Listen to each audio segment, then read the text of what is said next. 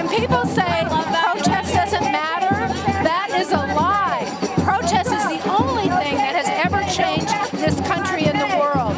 From the war in Vietnam to the labor movement, that wasn't given to anybody from on high. We want it in the streets, and that's what's required now.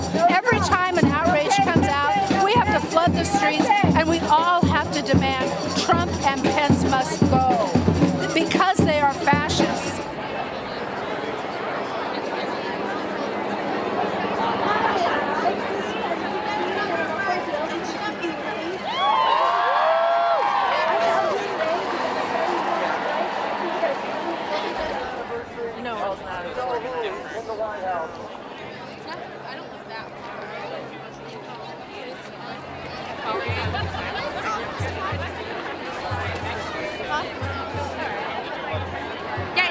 Great. This is a really great flashpoint for us. There are people all along the political spectrum here today. We're here as socialists and really hoping that we want to stand in solidarity with all women and all people who are struggling here today. So. Social justice is important to us, gender justice is important to us, and we're year-long organizers, but we feel it's important to march with other organizations and march with the people of our city today for the Women's March. And also today is January 20th, it's a year after the inauguration, and we are also honoring this day in resistance.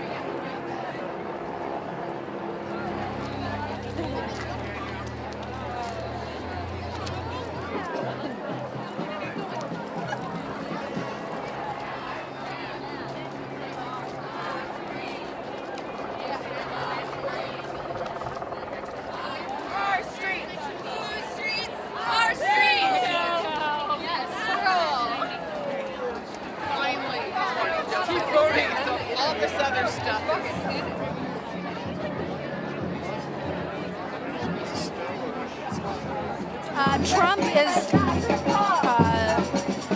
flooding the federal bench with Christian fascist judges, and they're dedicated to deconstructing the administrative state, as Steve Bannon said. We're 1 year after the Women's March, and look at how bad the situation has become. What was unimaginable is now everyday reality. Immigrant communities are being terrorized. Health services are being denied to women, trans, and LGBTQ people under the guise of freedom of religion. These costumes resonate with people because that is the world that these Christian theocrats are trying to put in place every day. Not the church, not the state. Women must control our fate. Not the church, not the state. Women must control our fate. Oh, okay.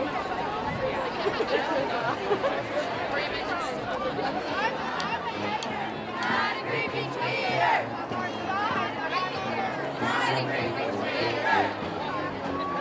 My name is Al Braza. I'm with the International Union of Painters and Allied Trades. Well, I'm a union member. I believe strongly in unions, and I believe because I'm in a union, I also believe in solidarity. And that's why I'm out here. I'm just here to support and show solidarity.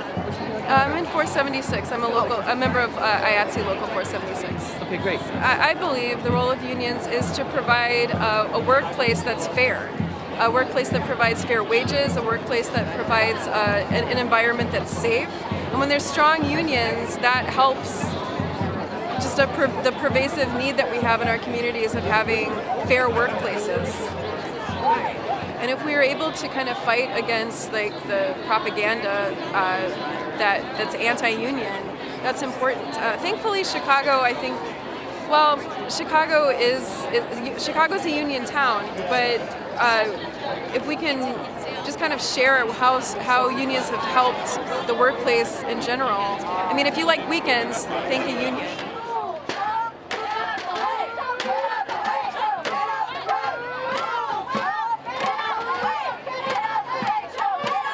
name is Diane Good. I'm out here with Teamsters and Teamsters Joint Council 25 Women's Committee. We're here to support the women. We're here to stand up for our rights, for equality, and for fairness. Unions make sure the work conditions are fair, are safe, that workers are treated equally, fairly.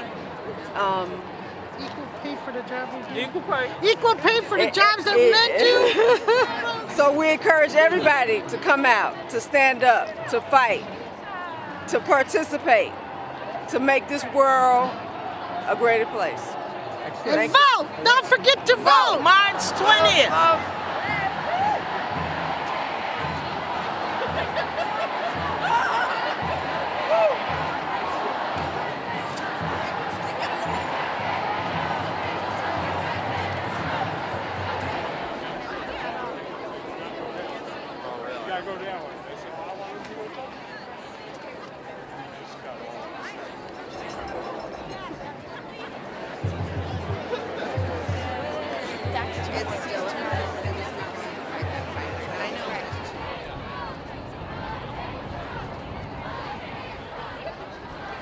We're socialists, we could be considered progressive Democrats, so we are on the left side of the spectrum. We do think it's important to be involved with electoral politics, and we are involved electorally. I think all of us are active voters, all of us are active members in our city, and we do support the theme of marching to the polls today, because most of us in our organization are active organizers, and we know that a lot of Americans are not involved politically, and we're hoping that today, with the idea of March to the Polls and the idea to march in a women's march, will help people become community-minded.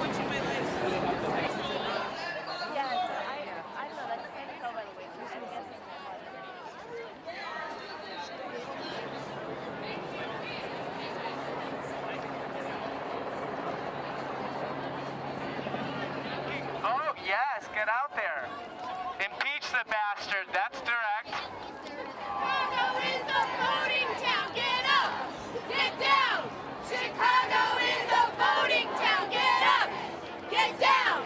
Chicago is a voting town, get up, get down. Chicago is a voting town, get up, get down. Chicago is a voting town, get up, get down.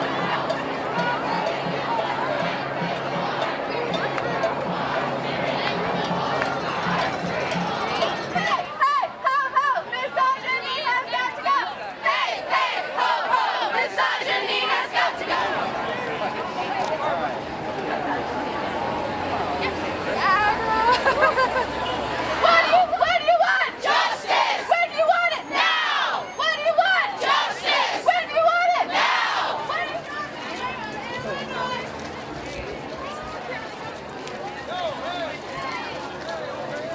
Kennedy! Kennedy! Governor, Illinois! Kennedy! Why Kennedy for women's rights?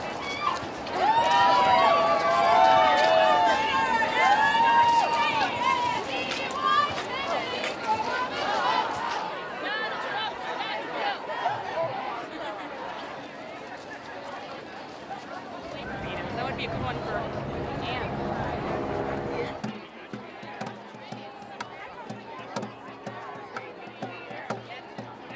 Many people who are involved in our movement will vote.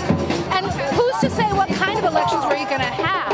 With the gerrymandering, with the purging the rolls of the voter registration rolls, it is extremely dangerous to rely on elections. We have to rely on ourselves, we have to protest, we have to be in the street non-stop. We cannot rely on the elections, we certainly cannot rely on the Democrats. Just because somebody has a label doesn't mean that they are going to stand up for our rights. In fact, they are bargaining away our rights every day. Just last week, 18 Democrats voted for a bill that will massively expand surveillance powers in the hands of this fascist, okay? The ACLU denounced them. One of them was Tammy Duckworth, another one was Doug Jones.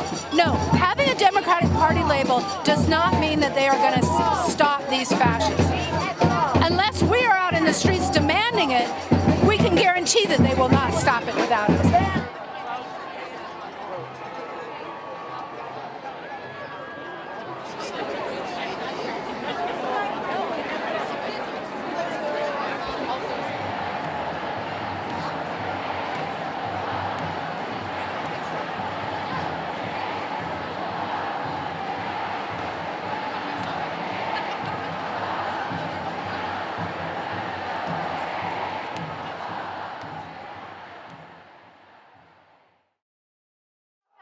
No hate, no fear. Refugees are welcome here. No hate, no fear. Refugees are welcome here. No hate, no fear. Refugees are welcome here. We're protesting on the one-year anniversary of Trump's inauguration as a way to help deepen and expand the amazing outpouring of resistance that we've seen to the Trump agenda over this last year. And we think it's especially important now with DACA on the chopping block, with Trump denying so cruelly rights to immigrants here in the United States, with his ongoing tensions with foreign nations, including Iran and Korea. We think it's especially essential for us to come here as an independent pole of the resistance and to say that the people demand systemic change in our system, that we're rejecting the Trump agenda, and that we need to have our own people's movement, because we think that's the best way forward in order to take back this country for the people. Yesterday there was a very big march in Chicago and around the country. It's called the Women's March.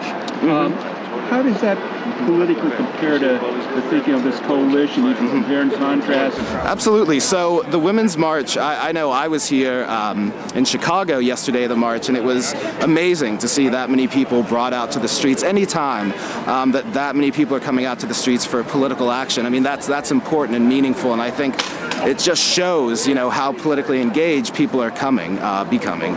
At the same time, we do think that there needs to be an independent pole of this resistance movement. We do think that it's important, not just to resist Trump and the Republicans, but to also say, the Democrats are not doing their job to stand up to the Trump agenda. So we don't want to simply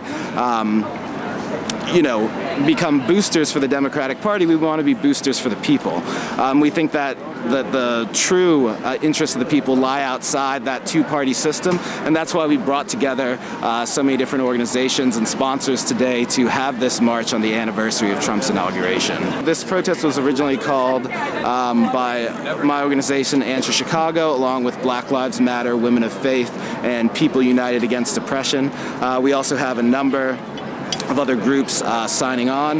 There is, I know, Kofi Adema, an activist with the Movement for Black Lives here in Chicago. There's the Workers' World Party, the International Socialist Organization.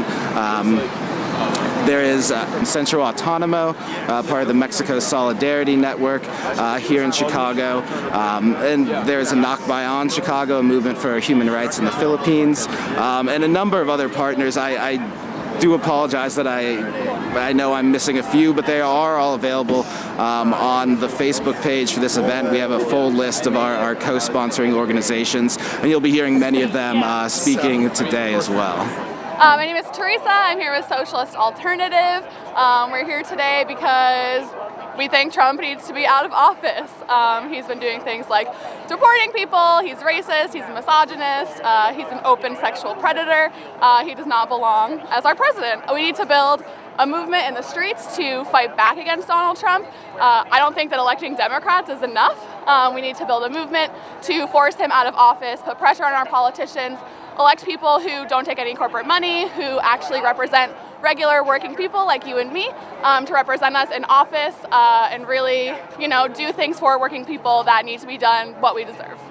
I write for my school's newspaper, and following the rise of the Me Too movement, we asked students to send us their stories of sexual harassment and assault, and it turned out that we could not publish a single story because of how severe and explicit the details of them actually were, which is terrible. But basically, Trump's rhetoric surrounding consent is nothing short of inflammatory, inconsiderate, and misogynistic, and it's undeniable that he has zero concept of the word consent. He does not know what it means. We need to take matters in our own hands, and that's what we're doing here today. Racism needs to be shut down, not negotiated with. We're heading towards another major war. That needs to be shut down right now. The whole planet needs to be saved from the destruction of the people on top who are sending us, especially the Trump regime and the Pentagon, on a course towards another major war. That is simply unthinkable and cannot happen, and we must do everything we can to stop that. Well, the U.S. threats on the Democratic People's Republic of Korea are very serious, very risky. They're building up their forces as we speak here today. Trump said to the United Nations, threatened to wipe out North Korea, to have fire and fury. They're having exercises all the time to practice invasion of North Korea. They're blockading imports and exports. It's a very serious situation. Could lead to nuclear war and World War III. The history shows that North Korea has always wanted a treaty and reunification, and in fact it seems like many people in South Korea want reunification. So this propaganda that's built up toward war is kind of bogus. Another thing is the reason that the Koreans are delving into weapons, it's a matter of self-defense because they don't want their government to be totally toppled and the United States to take over everything. So that, in my opinion and the opinion of Veterans for Peace, that's what's going on there. We are here to say no more to Trump's imperialist wars of aggression abroad, and no more to Trump's fascist regime. When Trump visited the Philippines last November for the Association of Southeast Asian Nations Summit, he promised that in 2018 he would give $152 million of U.S. taxpayers' dollars towards military aid in the Philippines. That's right. And what is that going to fund? That is going to fund the fascist Duterte regime, the current president of the Philippines, who has already claimed 81 victims of torture, 400 political prisoners, 113 extrajudicial killings, 16,000 people killed in the war on drugs, 364,000 victims of indiscriminate firing and aerial bombing, and 426,000 forcibly evacuated. Three things that the government is bipartisan on. Both the Democrats and the Republicans are the two different sides of the same coin, y'all. Three things. One, mass incarceration. That has been a bipartisan thing since Reagan, Bush, Clinton, Obama, and now Trump with Jeff Sessions. Protecting police and building institutions and putting money into private prisons has been a bipartisan venture. Two, and we just heard about number two, the mass military-industrial complex, imperialism. War is bipartisan. Both parties voted to us to invade Iraq, to invade Syria, to invade Afghanistan, to exploit people in the Philippines, to exploit people in Latin America, to go against the Cuban people and the freedom that they're fighting for. So let's understand that war is bipartisan by both parties. And thirdly, last but not least, and it ties both of those two things together, it's the pay to play for politics. We know since Bill Clinton got rid of the regulating the banks, got rid of that bill, passed NAFTA, and empowered the criminalization of black and brown communities and started, the role of mass incarceration. We've seen money come streamlined through the Bush administration, through Citizens United, and because of that, we don't have a democracy, y'all. We have an oligarchy, oligarchs that run a plutocracy because it's pay-to-play capitalism if you want to be in Capitol Hill, right? So we have to connect the dots that as long as there's money in politics, as long as there's the military-industrial complex, as long as there's the prison-industrial complex, we will not be free. The majority of the people hate Trump. And we hate that pig too. He's disgusting and he should be in jail and not in the White House. But a lot of people assume that Trump is somehow un-American, or they don't understand why he got elected as president. But Trump is America. The United States is racist. The United States is sexist, and the United States is a bully.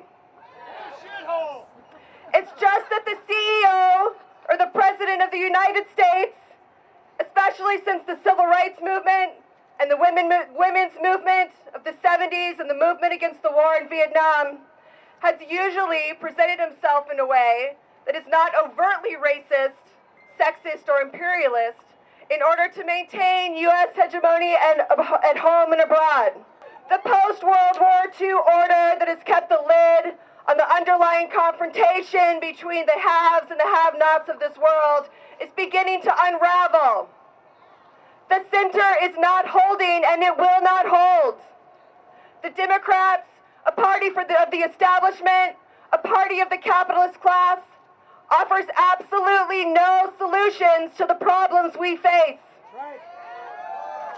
And right now they may have captured the resistance, but that state of affairs cannot and will not hold. Yesterday there was a large turnout for what was billed as the Women's March to the Polls. In my opinion, what it was a wholly owned subsidiary of the Democratic Party. Yeah. The driving force was to get people out to vote for the other party of Wall Street and war, the Democratic Party. All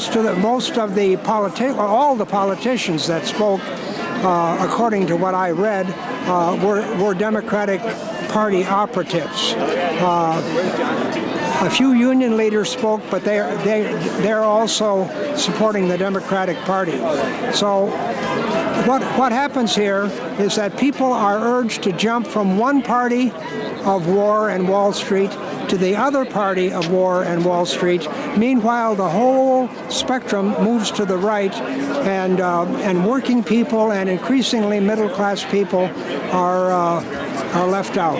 There is a resistance in this country, and millions of people want change. The demonstration yesterday, though we may not agree with it politically, was an encouraging sign that many women were in the street fighting for their rights. We need to stand with women, and we need to keep marching until women have not just full equality, not just the right over their bodies, but full liberation. We need to get rid of the patriarchy. We need to smash it and trample it under our feet. And we're going to do that. But I think we have to be clear about a couple things. We have to be very clear if the resistance is going to be a resistance. I'm not waiting till January next year for some change. I'm not waiting for, and neither should you, for a new corral of politicians to ascend to the steps of the Congress and then beg them for change. That time is over. We need to be clear about something. This week, Trump signed the reauthorization of Section 702 to the FISA law, which gives Trump and Sessions the unwarranted and unlimited ability to spy on any person in the United States they choose. And the people who cast the decisive votes were the most powerful Democrats in Congress. Nancy Pelosi and Schumer in the Senate led the drive to pass that legislation. Dozens of Republicans voted against it, and dozens of Democrats, led by the Democratic leadership, voted to give Trump and white supremacist Sessions power over our movement. And what are they going to use those spying powers on?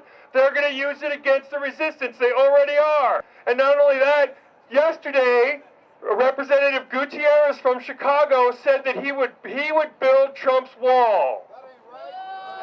Listen, I don't care what his reason was. That wall is a terrorist wall. It's a murderous wall. It causes children to die. And it's a racist wall. We're going to take down the wall. We'll do it ourselves. If you make that deal, you're not our friends. Right? All right. Wall Street. Wall Street. Wall Street.